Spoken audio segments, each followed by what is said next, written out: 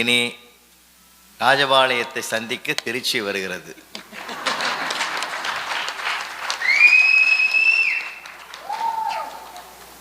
மாது கூட்டியாந்தீங்களா? போற்றுதலுக்கும் பாராட்டுதலுக்கும் உரிய new Jersey Tamil பேரவனுடைய இந்த அருமையான விழாவினை சீரோடும் சிறப்போடும் நடத்தி கொண்டிருக்கின்ற தமிழ் பேரவனுடைய தலைவர் எங்கள் போற்றுதலுக்குரிய ஐயா சத்தி பிச்சைமணி அவர்களே, அவரோடு தோளோடு தோள் நின்று நல்ல நிகழ்வினை சிறப்பாக ஏற்பாடு செய்து நடத்தி கொண்டிருக்கின்ற தமிழ் பேரனுடைய செயலர் மற்றும் பொருள் உள்ளிட்ட உறுப்பினர் பெருமக்களே, இந்த அருமையான நிகழ்விலே நடைபெறுகின்ற இந்த பட்டிமண்டபத்திற்கு நடுவராக வீற்றிருந்து உலகெங்கும் இருக்கிற தமிழ் இல்லங்களிலே தன்னை ஒரு உறுப்பினராக பதிவு செய்து கொண்டிருக்கின்ற தமிழகம் மற்றும் இந்திய அரசினுடைய நல்லாசிரியர் விருதினை பெற்றிருக்கிற நடுவர் பெருந்தகை அவர்களே, அங்கிருந்து பட்டிமன்றம் மீறி இருக்கிற அருமை நண்பர்களே, அருமை சகோதரி கவிதா ஜவஹர் அவர்களே, திரளாக கூடியிருக்கிற சுவைஞர் பெருமக்களே, உங்கள் எல்லோருக்கும் என் பணிவின் வணக்கம். எந்த ஊர்லேயும் பார்க்காத ஒரு இந்த நியூ ஜெர்சியில் எங்களுக்கு கிடைச்சிது.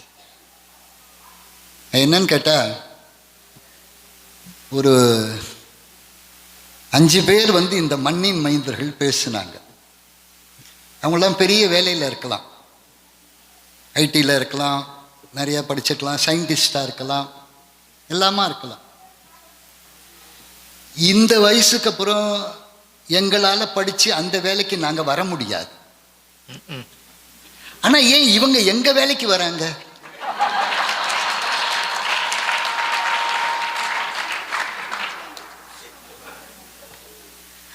இவங்க எங்கள் வேலைக்கு வந்ததுக்கு காரணமே அவங்க கிட்ட அறிவுங்கிறது தான் சொல்கிறதுக்கு வந்தேன் நான், வேற ஒன்றும். இந்த அறிவு சார்ந்த பேச்சு தான் நமக்கு சந்தோஷமாக தானே இருக்கு. ஆனால் எனக்கு ஒரு என்னன்னு கேட்டால், என்னமோ தெரியல, இவங்களுக்கெல்லாம் அறிவே தேவையில்லாத மாதிரி இந்த 4 பேர் பேசியிருக்காங்க. அதில் எங்களுடைய அருமை சகோதரி கவிதா ஒன்று சொன்னாங்க. இங்கே இருக்கிற ஆட்கள்லாம் நல்லா பாத்திரம் கழுவுறாங்க, துணி துவைக்கிறாங்க, வீட்டு வேலையெல்லாம் செய்கிறாங்க. ஆண்களே, அவங்க சொல்கிறாங்கன்னு கேட்டு அதெல்லாம் செய்யறதை நிறுத்திடாதீங்க, நல்லா செய்யுங்க. ஏன்னா இவங்க இன்னைக்கு பேசிட்டு போயிடுவாங்க, நாம தான் இங்கே உட்காந்து இஎம்ஐ கட்டணும். இவங்களா இஎம்ஐ கட்ட வருவாங்க? வீட்டுக்கு நாம தான் இஎம்ஐ கட்ட வரணும். இதெல்லாம் வேண்டாம். அதனால நீங்கள் செய்கிறத செய்யுங்க, இதில் ஒன்றும் தப்பே கிடையாது. என் மனைவியை நான் உட்காந்த இடத்துலேருந்து வேலை வாங்குவேன். என்ன பார்க்குறீங்க, உங்களெல்லாம் முடியாதோ? நான் உட்காந்த இடத்துலேருந்து வேலை வாங்குவேங்க, அதட்டுவேன். முன்னாடி நினச்சிக்கிட்டு இருக்க அப்படிம்பேன், அறிவு கட்டவளை அப்படிம்பேன். போய் இப்படிலாம் பேச முடியுமான்னு நினைக்கிறீங்களா? கொள்ள பக்கம் போய் உட்காந்துக்குவேன். முன்னாடி அங்கே நிற்கிற பாத்திரம்லாம் கொண்டு வந்து போடுவா, தேய்ச்சி கொடுத்துருவேன். உங்களுக்கு ஒன்று தெரியுமா? எப்பொழுது நீங்கள் குடும்பத்திலே தோற்று போகிறீர்களோ அப்பொழுதுதான் நீங்கள் குடும்பத்திலே வெற்றி பெற்று இருக்கிறீர்கள் என்று அர்த்தம். அந்த அறிவு வேணும் முதல்ல. சார், என் வீட்டில் நான் தோற்று போகாம வேற யார் வீட்டில் சார் நான் தோற்று போவேன்? அதுதான் சார் உண்மையான அறிவு.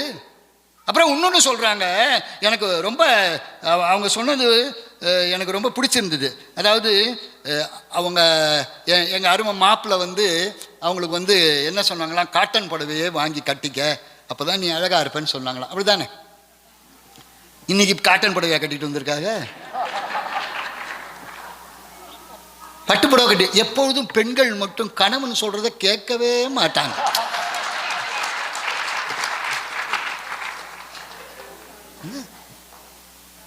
எல்லாரும் என்ன வேணாலும் பேசிவிட்டு போயிடுறதுன்னு முடிவு பண்ணி அத்தனை பேரும் இன்னைக்கு பேசியிருக்காங்க. அதில் எனக்கு ரொம்ப பிடிச்சது ஒன்று, நான் அதை கேட்டு அழுது இருக்கேன். என் அருமை சகோதரி கவிதா ஜவஹர் அப்பாவை பற்றி சொன்னதை கேட்கும்போது நான் அழுதுருக்கேன். உண்மையிலேயே அப்பா ஊட்டி விடுறாருன்னு சொன்னாங்க பாருங்க, அந்த அப்பா தான் ஊட்டி ஊட்டி வளர்த்த அந்த அப்பா தான் தன் பொண்ணுக்கு மாப்பிள்ளை பார்க்கும்போது எதை பார்க்குறாரு? முதல்ல எதை பார்க்குறாரு? நல்ல அறிவா இருக்கிற மாப்பிள்ளையா தேடுறாரு. என் பொண்ணு எம்ஏ படிச்சிருக்கா, எம்எஸ்சி படிச்சிருக்கா, அட்லீஸ்ட் அவர் அதுக்கு மேலே படிச்சிருக்கணும், அப்போதான் என் பொண்ணுக்கு ஈக்குவலாக இருக்கும்னு அறிவாக இருக்கிற மாப்பிள்ளைய தேடுறாரா, இல்லை விவசாயி மாப்பிள்ளைய தேடுறாரா? யாரை தேடுறாரு? எங்க தேடுறாரு? சார் நீங்க இதான் பொண்ணு மாப்பிள்ளை பார்த்தாரு, பொண்ணு அப்பாவை தனியா கூட்டி போய் சொல்லிச்சு, இந்த மாப்பிள்ளை வேணாம்பா. ஏமான்னாரு. சிரிச்சா அந்த பல்லு தெரியுதுப்பா, எனக்கு வேணாம்பான்னாரு. அதை பத்தி கவலைப்படாதம்மா, அதுக்கு வாய்ப்பே இருக்காது, நம்ம நாளையிலன்னு சிரிக்கவே. அப்புறம் என் அருமை சகோதரர் ராச இளங்கோ ஒரு செய்தி சொன்னாரு. சூதாடுற நேரத்தில் துணைக்கு வரல, போராடுற நேரத்தில் துணைக்கு வந்தாரு. சார் கவியரசு கண்ணதாசன் எழுதியிருக்காரு சார், இது பாட்டாவே எழுதியிருக்காரு. சூதாடும் வேளையிலே துணைக்கு வாரா கண்ணனவன், போராடும் வேளையிலே துணைக்கு வந்தது ஏனடியோ. கண்ணதாசன் துணைக்கு வந்தது ஏனடியோ. கண்ணதாசன் அடுத்து எழுதினார், அன்று வரை யாருடன் கூட்டணி என்று தெரியாத காரணத்தால் அப்படின்னு எழுதினார். யாரோட கூட்டணி போடுறதுன்னே தெரியாது. எனக்கு அது பெருசு இல்லைங்க. இந்த மேடை பேச்சில் நம்ம பேசுறோம்ல, இந்த மேடை பேச்சுக்கு அடிப்படை எதுன்னு நினைக்கிறீங்க நீங்க? முழுக்க முழுக்க அறிவு. நான் உங்களுக்கு ஒரு செய்தியே சொல்றேன். திருவாரூர்ல, திருவாரூர்காரங்க யாராவது இருந்தா தெரியும், மூரா சன்ஸ் அப்படின்னு ஒரு துணி கடை இருக்கு, இப்பவும் இருக்கு. திருவாரூர்ல மூரா சன்ஸ் அப்படின்னு ஒரு துணி கடை இருக்கு. அந்த துணி கடையில ஒரு நிகழ்ச்சி ஏற்பாடு பண்றாரு அந்த ஓனர். வாரியார் சாமி மகாபாரத கதை சொல்றதுக்கு வராரு. 10 நாள் கதை. இந்த ஏற்பாடு செய்தவர் சொல்றாரு, நம்ம கதைக்கு ஏற்பாடு செய்து எல்லாம் நடத்தினவர் யாருன்னு கேட்டா, இந்த மூரா சன்ஸ் கடை இருக்குல்ல, துணி கடை, அந்த ஓனர் தான். அவரை பத்தி சொல்லுங்க. யார்கிட்ட? வாரியார். அவரை பத்தி சொல்லுங்க சார். 5 நாள் போச்சு சார். இந்த அமைப்பாளர் தினம் சொல்றாரு சார், வாரியார் சொல்லவே மாட்டேங்கிறார் சார். திரௌபதிக்கு தூயில் உரிகிற சீனு அன்னைக்கு அந்த காட்சி சொல்றாரு. திரௌபதியை துச்சாதனன் பிடிச்சு சேலையை இழுக்கிறான். சேலை வந்துகிட்டே இருக்கு, நிக்கவே மாட்டேங்குது. எங்க இருந்து வருது? எல்லாம் மூரா சன்ஸ்ல இருந்து வருதுன்னார் சார். இதை விட மூரா சன்ஸுக்கு ஒரு விளம்பரம் வேணுமா சார்? நீங்க வாழ்க்கையில அறிவு மட்டும் இருக்குமானால் எப்பேற்பட்ட சூழ்நிலையிலிருந்தும் உங்களால் காப்பாற்றிக் கொள்ள முடியும். தெரிஞ்சுக்குங்க. நான் என் வாழ்க்கையில உங்களுக்கு ஒண்ணு தெரியுமா, பல நேரங்களில் நம்மளை விட பெரியவங்க இல்லைங்க, நம்மளை விட சின்னவன் நமக்கு பாடம் நடத்துவான். நமக்கு கிடைக்கிற அறிவு இருக்கு பாருங்க, அவ்வளவு பெருசா இருக்கும். பட்டுக்கோட்டையில் ஒரு அறிவியல் கண்காட்சி ஏற்பாடு பண்ணியிருந்தாங்க. என்னை சிறப்பு விருந்தினராக கூப்பிட்டுருந்தாங்க. நான் போனேங்க. ஒரு பையன் என்ன பண்ணா, ஐயா இங்க வாங்க, முதல்ல என்னதை பாருங்க அப்படின்னா. மேஜையில் 3 பெட்டி வச்சிருந்தாங்க. நான் போய் பார்த்தேங்க. முதல் பெட்டியில் எழுதியிருக்கான், இதற்கு கொடுக்கில் விஷம். என்னவா இருக்கும்? கொடுக்கில் எதுக்கு விஷம்? தேள். நான் என்ன பண்ணேன், அப்படி திறந்து பார்த்தேன். உள்ளுக்குள்ள கொடுக்க தூக்கிட்டு ஒரு தேள் படம் இருந்ததுங்க. அடுத்த பெட்டியில் எழுதியிருக்கான், இதற்கு பல்லில் விஷம். பாம்பு. திறந்து பார்த்தேன், ஒரு நல்ல பாம்பு படத்துக்கு. அடுத்த பெட்டியில் எழுதியிருக்காங்க, இதற்கு உடம்பெல்லாம் விஷம். மனுஷன் தானே. நானும் அப்படி நினைச்சுதான் பெட்டியை திறந்தேன். என் மூஞ்சி தெரியுது, கண்ணாடி வச்சிருக்கான். அவனுக்கு எப்படி தெரியும்னு தெரியல. சார் எனக்கு ஒரு எப்படிப்பட்ட பாடம் நடத்தினா பாத்தீங்களா சார்? தேளோட கொடுக்க நறுக்கிட்டு தேளோட விளையாடலாம், பாம்போட பல்ல பிடிக்கிட்டு பாம்போட விளையாடலாம். இவன்கிட்ட எதை பிடிக்கிட்டு விளையாடுறது? அவன் எனக்கு சொல்றான், மனுஷன் படம் வைக்கல, கண்ணாடி வச்சிருந்தான். என்ன தெரியுமா சொல்றான்? மனுஷ படம் வச்சிருந்தானா நான் என்ன தெரியுமா சொல்லியிருப்பேன், என்ன தவிர மற்றவெல்லாம் விஷம். அவன் சொல்றான், இன்க்ளூடிங் யுவர் செல்ஃப், உன்னையும் சேர்த்து தான் சொல்றேன், நீயும் விஷம்ங்கிறான். இதை விட ஒரு அறிவு பாடம் வேற யாராவது எடுக்க முடியுமா சொல்லுங்க சார்? வாழ்க்கையில ஒரு மனிதனுக்கு வெற்றி எப்ப வரும்? இது நன்மை இது தீமை அப்படிங்கிறது தெரிஞ்சு நன்மையின் பக்கம் நாம எப்ப நம்ம கொண்டு போறோமோ அப்பதானே சார் வரும். நீங்க தீமை நடக்கிற போதும் ஒருத்தன் சிரிச்சிட்டான்னா அதை விட வேற ஏதாவது உண்டா?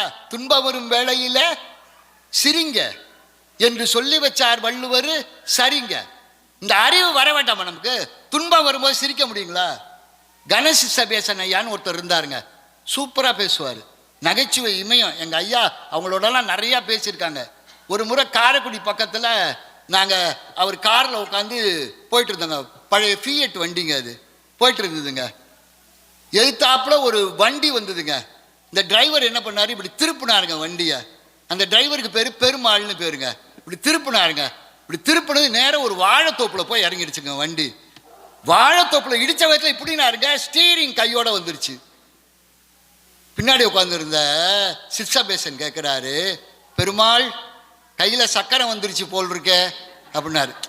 பெருமாள் கையில சக்கரை இருக்கும்ல, பெருமாள் கையில சக்கரை வந்துருச்சு போல் இருக்க, சங்கு எங்க காணும்னாருங்க. இவ்வளவு கஷ்டத்துல உட்கார்ந்துருக்கோம், வண்டி தோப்புல இறங்கிருக்கு. அந்த டிரைவர் சொன்னாங்க பாருங்க, கவலைப்படாதீங்க இன்னும் கொஞ்ச நேரத்துல ஊதுவாங்க அப்படின்னாங்க. சார் கஷ்டம்தான். இந்த கஷ்டத்தை மீறி நீங்க எப்படி வெளியில வருவீங்க? அதற்கு எது துணை நிற்கும்? அதைத்தான் வள்ளுவர் சொல்றாரு, சென்ற இடத்தால் செலவிடாது தீது ஓரி நன்றின் பால் உய்ப்பது அறிவு. இது நல்லது இது கெட்டது என்று தீயதை விளக்கி நன்மையின் பக்கம் உன்னை எது செலுத்துகிறதோ அதுக்கு தாண்டா அறிவுன்னு பேரு. அப்ப அந்த நன்மை இருந்தா தானே நீங்க மக்களை வாழ வைக்க முடியும், குடும்பத்தை காப்பாற்ற முடியும், எல்லாம் பண்ண முடியும். அன்பு எங்க தழைக்குது? இந்த இடத்துல தழைக்குது. மணிமேகலை தெரியுமா உங்களுக்கு? படிச்சிருக்கீங்களா? இல்லானை இல்லாலும் வேண்டால் ஈன்றெடுத்த தாயும் வேண்டால். யாருக்குமே பிடிக்காதுடா, எல்லாருக்கும் பிடித்தது எது? முருகப்பெருமானும் அவ்வை பாட்டியும் சந்திக்கிறாங்க. முருகப்பெருமான் அவ்வை பாட்டி கிட்ட கேட்கிறான், இனிது எது அப்படின்னு கேட்டான். என்ன சொல்லலாம் பதில்? அவ்வை சொன்னா, இனிது இனிது ஏகாந்தம் இனிது. இந்த உலகத்துல எது இனிதுன்னா தனிமையில இருந்து நல்லது நினைக்கிறது இனிது. அதனினும் இனிது, இது தாங்க வார்த்தை. பட்டிமண்டபத்துக்கு இதுதான் தீர்ப்பு. அதனினும் இனிது அறிவுடையோரை சேர்தல். இந்த உலகத்துல இனிமை எதுன்னு கேட்டா அறிவு இருக்கிறவனோட போய் சேரு. அதனினும் இனிது ஏதாவது இருக்கான்னு முருகப்பெருமான் கேட்டார். அருமையா பதில் சொன்னாங்க அவ்வை பாட்டி. அதனினும் இனிது கனவிலும் நனவிலும் அந்த அறிவுடையவரை பார்ப்பது தானே அப்படின்னு. இப்போ நமக்கு ஒரு சந்தேகம் வரும். கனவுல பார்க்கலாம், சிலதை நினைவுல பார்க்கலாம். எதை கனவுல பார்க்கலாம், எதை நினைவுல பார்க்கலாம்? வள்ளுவரை கனவுல பார்க்கலாமா நினைவுல பார்க்கலாமா? கனவுல தான் பார்க்க முடியும். இப்ப பார்க்க முடியுமா? இப்படி பார்க்க முடியுமா? பார்க்க முடியாது. ஏன்? வள்ளுவர் இல்லை. ஆனா அவ்வை பாட்டி சொல்றா, கனவிலும் நனவிலும் அந்த அறிவுள்ளவர்களை பார்க்க முடியும். எப்படி பார்க்க முடியும்? வேற ஒண்ணும் இல்ல, நீ வள்ளுவரை கனவுல பார்க்கறத விட நனவுல பார்க்கலாம். எப்படி தெரியுமா? வள்ளுவங்கிற ஒரு புத்தகத்தை எடுத்து உன் பைக்குள்ள வச்சுக்க, வள்ளுவர் உன் கூடயே எப்பவும் இருப்பாரு. அந்த அறிவுடையவர்களோடு சேர்ந்து வாழ நீ பழகிக்கொள், உன் வாழ்க்கையில வெற்றி என்பது வரும்னு அவ்வை பாட்டி சொல்லியிருக்கானா. அறிவு எவ்வளவு உயரத்துல நம்மளை கொண்டு போய் வைக்கும். அறிவே வேண்டாம்னு வாழ்க்கை இருக்கா? அறிவில்லாத இவங்க என்ன சொல்றாங்க, அறிவு அதை பண்ணும் இதை பண்ணும், அன்பு மட்டும் நல்லது பண்ணுமா? அன்பு மட்டும் நல்லது பண்ணுமா? என் காலத்துல, அந்த காலத்துல ஒரு புது கவிதை வந்ததுங்க. ஒரு ஆடு மலை மேல ஏறுதுங்க. அவர் எழுதுறாரு, ஆடு மிகவும் உயரத்திற்கு போகாது. ஏன்? உன் இதயம் படபடக்கும். உன் இதயம் படபடத்தால் என் இதயம் படபடக்கும். வலது பக்கம் போய்விடாது, அங்கு முட்கள் நிறைய. உன் கால் முள் குத்தினால் காலில் முள் குத்தும்.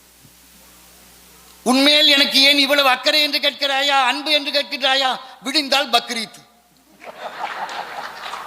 அவ்வளவுதான், முடிஞ்சு போச்சுக்க. சரி, அன்பு செலுத்துறதுனாலயோ கோபப்படுறதுனாலயோ ஒண்ணு தப்பாயிடுமா? ராத்திரி 12 மணிக்கு மேல பையன் வரான், அப்பா வாக்குன்னு வா, புள்ள வந்திருக்கான். 12 மணி, பாவம் களைச்சி போய் வந்திருப்பான். என்ன சினிமா பார்த்தானோ, எவ்வளவு நேரம் பார்த்தானோ, சோறு போடு அப்படின்னு அன்பா அப்பா சொன்னா பையன் சாப்பிடுவான்? இன்னைக்கு என்னமோ ஆக போகுது, இது ஏதோ விஷயம் இருக்கு. தன் பையன் மேல அப்பா கோபப்படுறதுனாலேயே அவன் அன்பு இல்லாதவன் அர்த்தம் இல்லைங்க. ஏன்? அவன் அறிவோடு இருக்க வேணும்னு நினைக்கிறார் அவரு. பகையை தூண்டுவதே எது தெரியுமா? அன்புதான். உங்களுக்கு ஒரு சின்ன செய்தி சொல்றேன். தூக்கு தண்டனை கைதியா நின்னா ஒருத்தன். ஜட்ஜி கேட்டாரு, நீ செய்த பாவத்துக்கு உனக்கு தூக்குல தான் போகணும். அவன் சொன்னான், என்னோட சேர்த்து எங்க அப்பாவையும் எங்க அம்மாவையும் போடுங்கன்னா. ஏன்டான்னு கேட்டாரு. சின்ன வயசுல திருடிட்டு வந்தாங்க. திருடிட்டு வந்த என்ன மறைச்சி எங்க அப்பா அம்மா என்ன பண்ணாங்க, காப்பாத்தினாங்க. இன்னைக்கு நான் இவ்வளவு பெரிய திருடனா இருக்கிறது காரணமே அவங்க அன்பு தான்னா எங்க போய் சொல்லுவீங்க? என்ன பண்ணுவீங்க? அன்பு. அதனால்தான் வள்ளுவர் சொன்னார், பாவம் செய்யறதுக்கு எது தெரியுமா துணை? அன்புதான் துணை, வேறு துணை இல்லை. இன்னைக்கு நாம எவ்வளவோ முன்னேறி இருக்கோங்க வாழ்க்கையில. நான் முன்னாடி நடந்ததை சொல்றேன், இப்ப நடக்கிறத சொல்றேன்.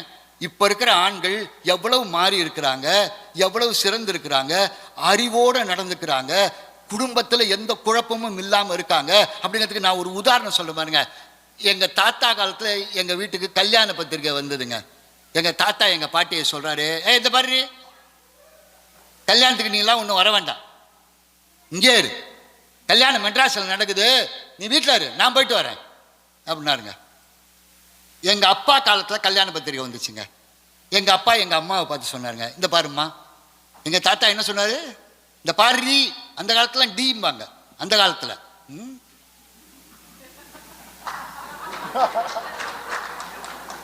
இந்த காலத்துல டீல் நான் சொல்றேன், ஏ சுரேஷ் கமாண்டா அப்படி. எங்க அப்பா சொல்ற, இதை பாருமா, குழந்தைங்களுக்கெல்லாம் பரீட்சை நடக்குது, கல்யாணம் சென்னையில் நடக்குது, நான் போயிட்டு வரேன். எங்க தாத்தா சொன்னதை தான் சொல்றாரு எங்க அப்பாவும். அவர் பாணியில சொன்னார். இப்ப எனக்கு கல்யாண பத்திரிக்கை வந்ததுங்க. நான் இந்த வீர பரம்பரையில வந்தவனா நான்.